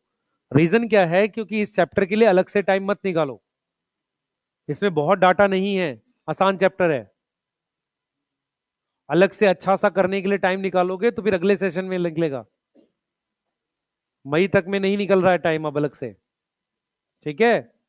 कुछ बच्चे वेट कर रहे हैं कि अच्छा टाइम आएगा फिर पढ़ेंगे, आ गया जो अच्छा आना था, ये अच्छा ही चल रहा था, अब खराब चलेगा। हाँ, बहुत से ऐसे बच्चे थे वेट करते हैं अभी, फिजिक्स प्रैक्टिस करेंगे जब टाइम मिलेगा, आज तक नहीं मिला वो टाइम। नहीं। हाँ है, डिस्टिंग मतलब अलग से पता चलता है, एक्चुअल में कॉर्नर्स हैं ये दिखते हैं, एंथर को जब हम देखते हैं ना प्रॉपर बाहर से, डिस्टिंग की का मतलब होता है अलग से पता चलना। आ जाओ, टेपेटम की बात कर रहे हैं भाई, इधर देखेंगे। टेपेटम क्या क्या क्या बातें हमें याद रखनी है, बोर्ड पे ध्यान दो सारे बच्चे, बेटा प्लीज बोर्ड पे ध्यान दो, बातें ना करो। तुम्हारा बगल वाला बच्चा भी टाइम पास कर रहा है, वो पढ़ लेगा घर जाके। हाँ, तुम ही नहीं पढ़ते हो, और आके कहता है कि मैं बिना पढ़े नंबर लाता हूं, ऐसा कोई नहीं होता। इधर देखेंगे ध्यान से, एक से ज्यादा न्यूक्लियस पॉसिबल है, बाई और मल्टी न्यूक्लिएटेड हो सकता है। इसके अलावा इसमें डेंस साइटोप्लाज्म है। डेंस साइटोप्लाज्म का मतलब होता है बहुत ज्यादा राइबोसोम्स होते हैं जो प्रोटीन बना रहे होते हैं। ये टेपेटम है, ये क्या है? टेपेटम है। टेपेटम के अंदर जो सेल्स होते हैं, इधर बोर्ड पे ध्यान दें, ये यहां पर डिप्लॉइड सेल्स हैं। इन डिप्लॉइड सेल्स को बोलते हैं हम लोग स्पोरोजिनस टिश्यू। क्या बोलते हैं इसको? Sporogenous tissue. स्पोरोजिनस टिश्यू जो होता है वो डिप्लॉयड सेल्स होते हैं। इन स्पोरोजिनस टिश्यू का एक और नाम होता है पॉलन मदर सेल। क्या नाम होता है? Pollen mother cell. Pollen mother cell का मतलब, यहां पर मदर सेल का मतलब होता है ऐसा सेल जिसमें मियोसिस होगी। आपने स्पोर मदर सेल वर्ड सुना था स्पोरेंजियम के अंदर, तो ये स्पोरोजिनस टिश्यू है जो डिप्लॉयड सेल्स है। टेपिटम और स्पोरोजिनस टिश्यू जेनेटिकली सेम है, अभी मियोसिस नहीं हुई है। ये सब स्पोरोफाइट का पार्ट है। अब सुने ध्यान से, टेपिटम क्या क्या काम करता है, ध्यान से सुनते चलेंगे। इसका जो रोल है टेपिटम का, सबसे पहले तो फीचर की बात करते हैं। ये कैसी होती है? बाई या मल्टी न्यूक्लिएटेड होती है। बाई और मल्टी न्यूक्लिएटेड लेयर होती है ये, ठीक है। उसके अलावा इसमें डेंस साइटोप्लाज्म होता है। क्या होता है? Dense cytoplasm. डेंस साइटोप्लाज्म का मतलब ये काफी ज्यादा एक्टिव होती है। अब अगर मैं इसके रोल की बात करूं, तो रोल में सबसे पहला रोल जो एनसीईआरटी लिख रही है, provide nourishment to developing pollen. किसको दे रहा है? डेवलपिंग पॉलन को नरिशमेंट दे रहा है। क्यों दे रहा है? क्योंकि वो आगे डेवलप करेगा, मेल गेमेटोफाइट है, उसमें फूड रिजर्व होना चाहिए थोड़ा बहुत पॉलन ट्यूब बनाने के लिए। तो डेवलपिंग पॉलन को ये क्या कर रहा है? फूड रिजर्व दे रहा है। दूसरी चीज बेटा, टेपिटम क्या करता है? एक केमिकल रिलीज करता है वेसिकल की फॉर्म में। ध्यान से सुनेंगे बच्चे, इधर देखो सारे बच्चे। हमारे पास किसी भी पॉलन में एक आउटर लेयर होती है, इसको एक्साइन कहते हैं। इसको क्या बोलते हैं? एक्साइन। ध्यान से सुने, एक्साइन केमिकल है बेटा, एक्साइन केमिकल की लेयर है, सही है। एक्साइन जो है वो किसने डिपॉजिट करी है? टेपेटम ने। किसने डिपॉजिट करी है? टेपेटम ने। मैं फिर रिपीट कर रहा हूं, जैसे किसी सेल के बाहर सेल वॉल डिपॉजिट की जाती है सेलुलोज की फॉर्म में, ऐसे ही पॉलन ग्रेन के बाहर एक्साइन डिपॉजिट की जाती है। वो डिपॉजिट कौन करता है? टेपेटम डिपॉजिट करता है, सही है। और कैसे करता है? टेपेटम ग्रेन्यूल रिलीज करता है। क्या करता है? ग्रेन्यूल रिलीज करता है, जैसे वेसिकल टाइप से। तो टेपेटम रिलीज करता है, टेपेटम रिलीज करता है यूबिस ग्रेन्यूल। एक साइंटिस्ट था, उसने स्टडी करी थी कि टेपेटम कुछ केमिकल, कुछ वेसिकल्स निकालता है, और वो एक्साइन के चारों, सॉरी, वो पॉलन के चारों तरफ एक्साइन बना देते हैं। मैं रिपीट कर रहा हूं, एक साइंटिस्ट रहे होंगे जिनका नाम यूबिश है, उनके नाम पर कुछ ग्रेन्यूल, ग्रेन्यूल का मतलब होता है कुछ इनसॉल्युबल जैसे स्ट्रक्चर्स, वो टेपिटम बनाकर कहां डाल देता है? उस कैविटी में, उस जगह पर जहां पर पॉलन बन रहे थे। तो उन ग्रेन्यूल्स का नाम क्या है? यूबिस ग्रेन्यूल। और वो कौन सी लेयर बनाता है? एक्साइन। कौन सी लेयर बनाता है? एक्साइन। जब हम आगे पढ़ेंगे तो ये पढ़ेंगे इंटाइन बनाया है किसने? माइक्रोस्पोर ने। सुनो ध्यान से, स्पोर ने इंटाइन बनाया था। जैसे मान लो किसी पॉलन ग्रेन में ये प्लाज्मा मेम्ब्रेन है, ये वाली लेयर इंटाइन है और ये वाली एक्साइन है। एक्साइन टेपिटम ने बनाई, इंटाइन बनाई थी इसी स्पोर ने खुद। तो इंटाइन का नेचर गैमेटोफिटिक है, एक्साइन का नेचर स्पोरोफिटिक है। वो सेल नहीं है एक्साइन, पर उसको बनाया किसने है? टेपेटम ने। इसलिए एक्साइन का नेचर क्या होता है? स्पोरोफिटिक। ये समझ पा रहे हो? क्योंकि एक्साइन को बनाया किसने? टेपेटम ने। एक्साइन सेल नहीं है, केमिकल है, जैसे सुबिरिन, पैक्टिन, सेलुलोज। ऐसे ही एक्साइन क्या है? लेयर है। तो अगर हम सेकंड रोल लिखें, ध्यान से सुनेंगे, अगर हम सेकंड रोल लिखें, सेकंड रोल लिखें तो हम क्या लिखेंगे कि एक्साइन जो है, exine produce by tapetum. Exine को कौन बनाता है? टेपिटम बनाता है। अब अगर तीसरा रोल देखें बेटा, हमारे पास क्या होता है? पॉलन जो होते हैं, जो इंसेक्ट से पॉलिनेट होते हैं, इंसेक्ट से पॉलिनेट होते हैं, वो स्टिकी होते हैं। वो कैसे होते हैं? स्टिकी। उसके बाहर एक केमिकल होता है, उसे पॉलन किट कहते हैं। स्टिकी होते हैं बाई पॉलन किट। क्या होता है? पॉलन किट एक स्टिकी मटेरियल होता है, ठीक है। उसको कौन प्रोड्यूस करता है? Produce by tapetum. जैसे जो विंड पॉलिनेटेड होता है वो नॉन स्टिकी होता है, चिपकता नहीं है। देखो मेरी बात सुनो ध्यान से बेटा, विंड पॉलिनेशन वाला हवा से उड़ के कभी इधर गिरेगा कभी उधर गिरेगा, अगर स्टिकी होता तो कहीं चिपक जाता। सिर्फ इंसेक्ट पॉलिनेशन वाला उसके पैर में चिपकता है। उसके लिए उसके बाहर कुछ केमिकल बनाना पड़ता है। वो केमिकल का नाम क्या है? Pollen kit. वो कौन बनाता है? टेपिटम बनाता है। समझ में आ रहा है? अब एक एंजाइम है, एक एंजाइम है जो टेपिटम बनाती है, उसका नाम है कैलेज। कैलेज जो है enzyme, produce by tapetum, produce by tapetum कैसे, मैं समझाता हूं।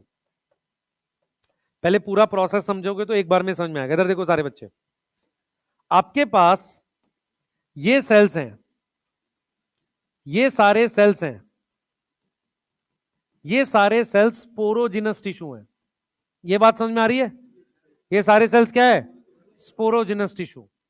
अब क्या हो रहा है बेटा, स्पोरोजिनस टिश्यू के जो सेल्स हैं वो आपस में कनेक्ट होते हैं प्लाज्मोडेस्मेटा कनेक्शन से, क्योंकि वो आपस में डिस्कस कर रहे हैं कि यार कैसे मियोसिस करनी है, तो आपस में प्लाज्मोडेस्मेटा कनेक्शन से ऐसे कनेक्ट होते हैं। तो स्पोरोजिनस टिश्यू में सेल्स के बीच में सेल्स हैव कौन सा कनेक्शन? प्लाज्मोडेस्मेटा। क्या होता है? प्लाज्मोडेस्मेटा। अब क्या करना होता है, अगर इनको अलग अलग कर देंगे तभी अलग अलग मियोसिस होगी। तो हम क्या करते हैं बेटा, हम इनको सेल्स को सेपरेट करते हैं। सेल्स को सेपरेट करने के लिए क्या करते हैं, हर एक सेल के बाहर, हर एक सेल के बाहर जो जो उनके बीच में कनेक्शन था उसको तोड़ने के लिए उनके बाहर एक केमिकल डिपॉजिट कर देते हैं। उस केमिकल का नाम होता है कैलोज। एक कार्बोहाइड्रेट है जिसमें बीटा 1,3 लिंकेज होती है, कार्बोहाइड्रेट है। मैं बीटा 1,3 बोल रहा हूं, अलग लिंकेज हो गई 1,4 से, सेलुलोज में 1,4 होती है। तो ये जो केमिकल जब आया उसकी वजह से इनके बीच के कनेक्शन टूट गए।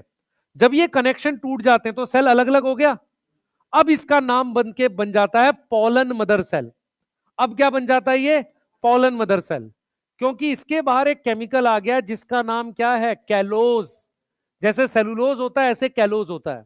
ठीक है, क्या होता है? कैलोज होता है। मेरी बात समझो। अब जब ये कैलोज आ गया, इसके बाद हर एक सेल अलग हो गया। तो each pollen mother cell, each pollen mother cell क्या शो करेगा? मियोसिस। क्या शो करेगा? मियोसिस शो करेगा। जब हर एक ने मियोसिस शो कर दी तो कितने माइक्रोस्पोर बनाएगा? 4। लेकिन वो चारों अभी भी कैलोस से सराउंड है। समझ आ रहा है किसी को? ये 4 क्या बन गए? माइक्रोस्पोर बन गए। इसके बाहर अभी भी क्या है? कैलोज है। अब प्रॉब्लम ये है कि ये माइक्रोस्पोर है, हर एक माइक्रोस्पोर क्या बना सकता है? पोलन। हर एक माइक्रोस्पोर क्या बना सकता है? पोलन। तो ईच माइक्रोस्पोर पोलन बना सकता है। अब क्या होता है बेटा, अब क्या होता है? Can give pollen. क्या देता है? पोलन देता है। प्रॉब्लम यह है कि अगर मैं कैलोस को डाइजेस्ट नहीं करूंगा तो ये अलग अलग नहीं होंगे, पोलन गेन अलग अलग नहीं होंगे, चारों पोलन एक साथ के साथ जुड़े रह जाएंगे। हमने कैलोस क्यों बनाया था?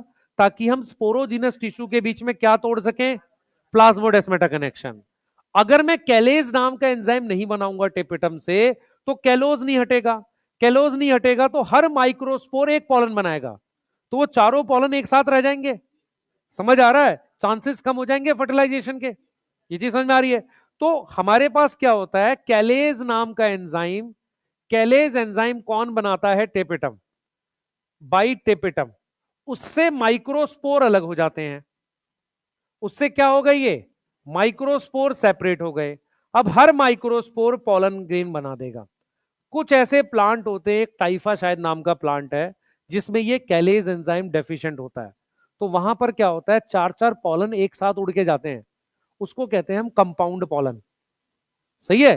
पर हमें कंपाउंड पोलन नहीं पढ़ना, हमें ये समझना है कि पीवाई क्यूज में कैलेज मिल जाएगा, यूबिस ग्रेन्यूल मिल जाएगा, एक्साइन मिल जाएगा। एनसीईआरटी ने सिर्फ ये रोल दिया है। ये 3 रोल आपके पीवाईक्यू के हिसाब से बता रहे हैं। ठीक है, तो हमारे पास क्या है? कैलेज क्या है? जो क्या है? Enzyme by tapetum. ठीक है, और ये माइक्रोस्पोर है। हर एक माइक्रोस्पोर किस में डेवलप होगा? अब माइक्रोस्पोर सेपरेट हो गए, बोलो। माइक्रोस्पोर क्या हो गए? सेपरेट हो गए। अब मेरी मेरी ऑब्जर्वेशन सुनो ध्यान से, जो मैं बताता हूं आपको। एक्चुअल में क्या है बेटा, फिजियोलॉजी जो एक ऐसे टॉपिक होते हैं, जैसे ये क्या है हमारे पास, ये एक तरीके से प्लांट फिजियोलॉजी है ना। रिप्रोडक्शन जो है वो प्लांट फिजियोलॉजी का पार्ट ही होता है। क्लियर है? तो पॉइंट ये है कि अगर मुझे पीवाईक्यू के थ्रू कुछ एनसीईआरटी के बाहर का देना है तो मैं फिजियोलॉजी वाला ज्यादा प्रेफर करता हूं, क्योंकि वहां पर चीजों को एक्सप्लेन करने को बनता है। फॉर एग्जाम्पल, एनिमल किंगडम में पहले क्वेश्चन आते थे लार्वा के, इसका लार्वा उसका लार्वा पूछे जाते थे। वो आने के 0 चांस हैं। लेकिन इनके आने के चांस इसलिए हैं क्योंकि फिजियोलॉजी में ये वाले पीवाईक्यूज कई बार रिपीट हुए हैं। दूसरा, फिजियोलॉजी में टीचर ज्यादा कंफर्ट फील करता है एनसीईआरटी के बाहर का देने का। ह्यूमन फिजियोलॉजी में भी आप पूरी एनसीईआरटी कर लिया करो। उसके अलावा पीवाईक्यू जो 10 साल के हैं उनमें से अगर डाटा बाहर का उसको वहीं याद कर लो बस। समझ में आ रहा है? तो अगर वो उठाकर देगा भी तो आपको वही देगा क्वेश्चन जो उसके पीवाईक्यू, जैसे फॉर एग्जांपल आप जैसे प्लेसेंटा की टाइप होती है, वो तुम्हारे सिलेबस में तो है नहीं, लेकिन अलग अलग टाइप के प्लेसेंटा होते हैं। फिर उसके बाद जो डेवलपमेंट दे रखी है उसकी एम्ब्रियो डेवलपमेंट, उसमें लेयर्स बनती हैं जो, है ना, तो उनमें क्या किया करो एक बार समझ के पीवाईक्यूज में से देख लिया करो कौन सा क्वेश्चन पूछा हुआ है। अगर वो पूछेगा भी ना तो वो वही सेम क्वेश्चन उठा के डालेगा वहां पे। मेरी बात समझ में आ रही है? एक क्वेश्चन आया था जी नॉट का कि वो एग्जिट करता है सेल साइकिल, वो एआईपीएमटी 2012 का सेम क्वेश्चन ऐसे कैसा उठा के डाल दिया। वो एनसीईआरटी में नहीं था उस वो लाइन, लेकिन उसने क्या की 2012 का क्वेश्चन ऐसे ही डाल दिया। तो अगर उसको बाहर के क्वेश्चन डालने हैं तो कंफर्ट उसका पीवाईक्यू वो भी फिजियोलॉजी। समझ में आ रहा है मैं क्या बोल रहा हूं? Human physiology, plant physiology. आप जो पूछते हो कि सर ये एनसीईआरटी के बाहर का करूं नहीं करूं, आंसर देख के उसको याद कर लिया करो। समझ में आया? और वो भी सिलेक्टेड चैप्टर के, सारे नहीं। फिजियोलॉजी क्योंकि वो कंफर्ट फील करेगा यूबीज ग्रेन्यूल देने में, लेकिन वो एनिमल किंगडम में से लार्वा नहीं देगा आपको। मेरी बात समझ में आ रही है? जैसे हमने क्या किया, आपको PS2 PS1 के इनिबिटर नहीं लिखवाए, एक का डीसीएमयू होता है एक का पैराक्वेट होता है। वो इस तरह का डाटा नहीं पूछेगा। हाँ, वो क्या कर सकता है, कुछ ऐसा डाटा पूछ सकता है जो मतलब फंक्शन बेस्ड हो, एमर्सन पूछ सकता है, वो रेड ड्रॉप इफेक्ट वो सब वो पूछ सकता है। लेकिन वो कभी भी ये नहीं पूछेगा कि डीसीएमयू PS2 का इनिबिटर है, ऐसे वाले क्वेश्चन नहीं पूछेगा। क्लियर है? प्लांट ग्रोथ में वो कोई ऐसा बायोएस से नहीं पूछेगा जो बिल्कुल नहीं दे रखा, किसी साइंटिस्ट का नाम नहीं पूछ देगा उल्टा सीधा। क्लियर? एक पैटर्न होता है एग्जाम का, ऐसा नहीं होता कुछ भी आता है। मैं अपनी ऑब्जर्वेशन से बता रहा हूं। फिजियोलॉजी में खासकर इस चैप्टर में अगर आपको कोई क्वेश्चन मिलता है पीवाईक्यू, कोशिश करना उसको वही याद कर लेना अगर एनसीईआरटी का नहीं है, सिर्फ 10 साल तक। ठीक है? प्लांट फिजियोलॉजी में और ह्यूमन फिजियोलॉजी में। क्लियर है? क्योंकि एनिमल किंगडम एनसीईआरटी में इतना डाटा है उसको बाहर जाने की आवश्यकता नहीं है, वही मुश्किल से याद हो रहा है। प्लांट किंगडम वही मुश्किल से याद हो रहा है, मॉर्फोलॉजी उतने में ही घूम जाएगा तो बहुत है। समझ पा रहे हो? जिन चैप्टर्स में डाटा कम है, जहां पर टीचर को ऐसा लगता है कि बच्चे को थोड़ा आ गया, वहां बाहर जाने के उसके चांसेस बनते हैं। ठीक है? इजी चैप्टर है तो इसमें उसको फील होता है कि बच्चे से थोड़ा पूछ सकते हैं। तो इसीलिए 2016 वगैरह में सॉलिड स्टाइल होलो स्टाइल का क्वेश्चन आया हुआ था, उसमें था ट्रांसमिशन टिश्यू किसमें प्रेजेंट होता है। क्लियर है? और वो किसका है, दिनेश या किसी ट्रूमैन में लिखा हुआ है। अब इसका मतलब ये थोड़ी मैं पूरा चैप्टर पढ़ने लगूंगा, मैं याद कर लूंगा उसे। क्लियर है? क्योंकि आप बेटा किसी ऐसी चीज के लिए तैयार कर ही नहीं सकते जो अनप्रिडिक्टेबल है। तैयारी सिर्फ प्रिडिक्टेबल चीज की पॉसिबल है। हाँ, आप उन चीजों को नहीं प्रिडिक्ट कर सकते। क्लियर है? इतना ही कर रहे हैं, कल पढ़ रहे हैं इसको आगे। ठीक है? कुछ बच्चे थैंक गॉड बोलते हुए, है ना? हाँ, कैलोस केमिकल है।